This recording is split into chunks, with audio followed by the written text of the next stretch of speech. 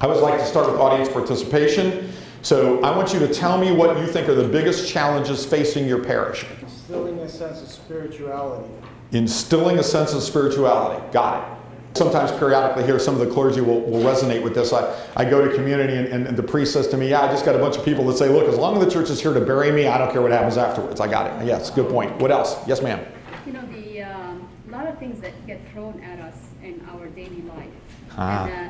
Yeah. So the pace of life, yes, and life in America, which is a different experience than in other jurisdictions, yes, is such that the prioritization is yes, the challenge. yes. That's exactly right. But okay, yes, sir.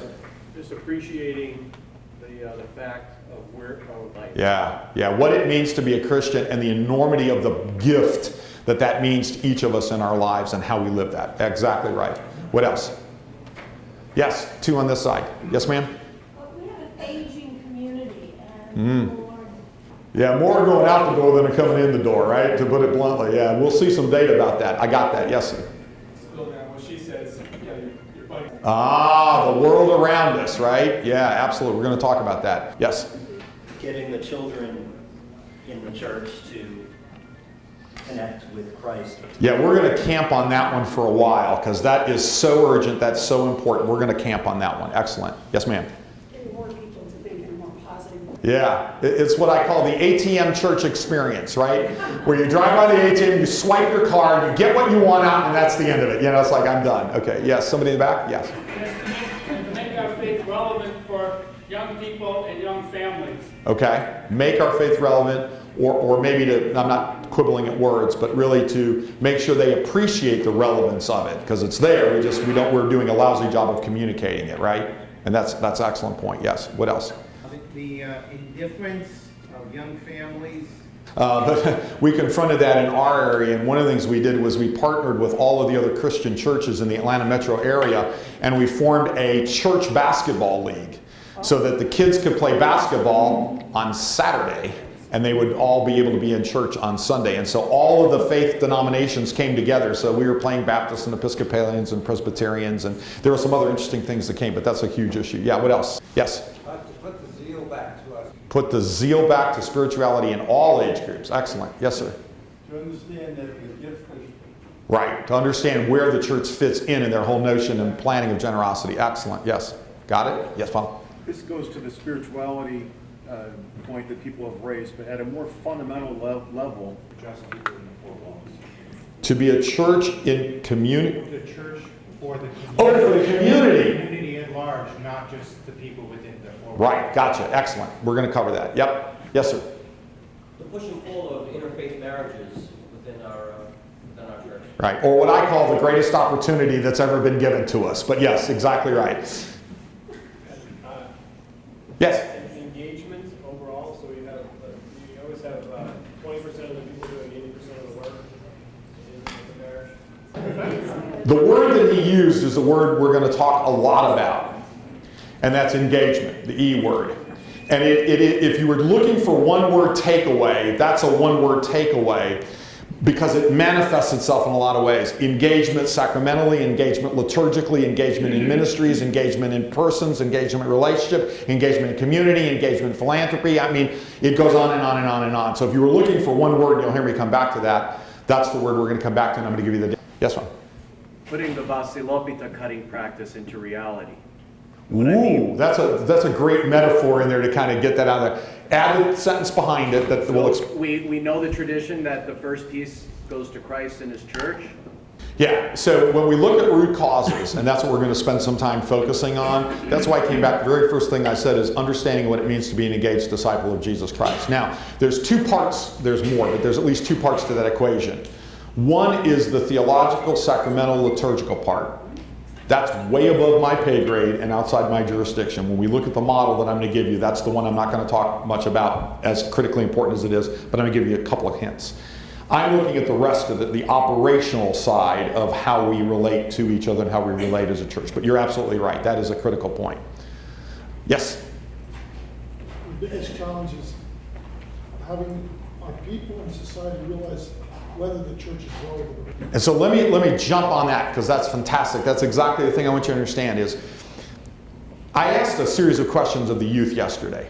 You know, some of them were theologically based, some of them were worldly based, right? So I said, how many of you believe in God? Whatever, 100 people there. Literally all the kids raised their hands. How many of you believe Jesus Christ was the Son of God? Everybody raised their hand. How many of you believe that Jesus Christ died and was resurrected? Virtually everybody raised their hand, okay? Now, stop right there. If you went to somebody today and said, I know somebody who predicted their death, who died, and who came back, would you like to hear about that story? Leave the Christianity piece aside for a second. People say, that's pretty amazing. That would be an interesting story to hear about. Okay, just stop at that little point. There's much deeper theology there. The story we have is amazing. What our Lord taught us is transformational. But if we are declining, if the symptoms are all going in the wrong direction, my brothers and sisters, I don't know how else to tell you this. That's on us. We own that. We haven't delivered the truth the way, in a way that can be motivational, inspirational people. And that's something we can do something about, right? And so that's why I really want to get you to understand the notion of the need to transform, the need to change, the need to embrace something different. I'm not speaking about the theology. I'm not speaking about the ecclesiology. Y'all got that. I'm okay with that. I'm speaking about all of the rest of this. Now, I've been doing this for a while, so thank you for sharing all that with all but like one or two exceptions. The content we're going to talk about today is going to address those things. There's a couple things. I have some content for you. I'll point you to in the direction. But in the course of doing this, what I've discovered is I can actually quantify all of the challenges you mentioned, plus some that you probably were thinking but didn't mention, in a simple formula. All right, so let's take a quick break right now. What questions do you have? Yes? What was the connection between the slide about 4 outcomes that are most relevant in the church spiritual health and then the Gallup research about engagement?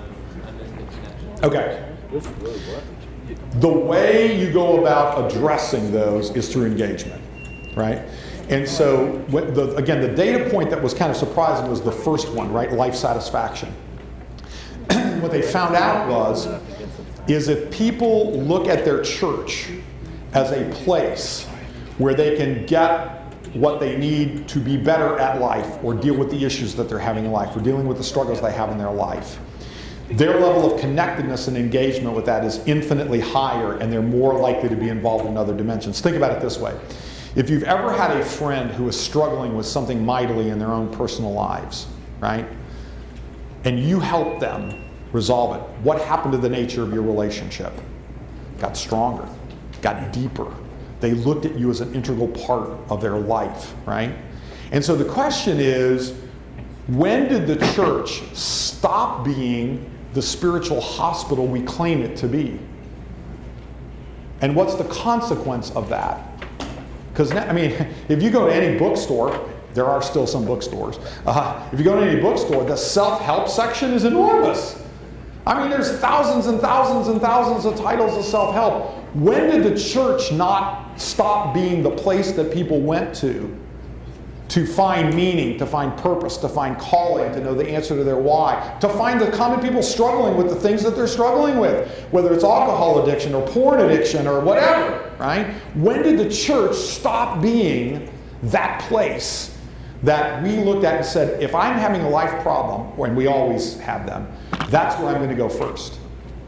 And then once I do that, once we help, once we work, and sometimes it's a long journey and sometimes it's a short journey, I'm now more engaged. The engagement level of helping someone, serving someone, it makes that connection so much more powerful. And then what happens is people who are struggling in similar ways look to find the same place, the same solution, the same activity. And the health grows. And it's not just like we're not running a self-help ministry, don't get me wrong, although we have to have self-help ministries as a part of the full range of offerings that we have. Does that make a little sense? Okay. And as with anything, it kind of depends on what you measure, when you measure, and how you measure, right? What, when, and how, right? It's very important in that exercise. Yeah? The joke that everybody tells, it's like the guy that jumps off a 50-story building, and as he's floating to his inevitable death around the 25th story, somebody yells at him and goes, "How's it going?" He goes, "So far, so good. You know, I'm flying." But okay, so data to give you support behind that. And again, my data comes from about 300 Orthodox parishes. The vast majority of them are GOA. So it's the largest database we have out there. I'm not saying it's perfect. I'm not saying it's great. But it is statistically well beyond statistical significance. What percentage, this is a question, I'll give you the answer in a second. What percentage of the overall income of these parishes comes from direct stewardship? What the stewards give in their stewardship cards or however you solicit. What percentage do you think? 50? 20? Okay, brother, I'll tell you what. We got something for you, man. You think, in some parishes it looks that way. About 52%. 52%. 52% of total income came from the stewards directly from their stewardship. And that percentage has been declining relatively steadily, not significant, but it's been declining over the 12 years that I've been looking at that data set. So even, and I'll give you other data points in there, absolute dollars. Median income in the United States has been growing at a fairly significant, almost double-digit rate over the last decade, okay?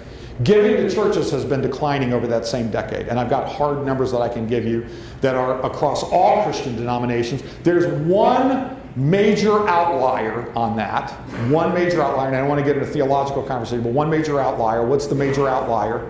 Which one?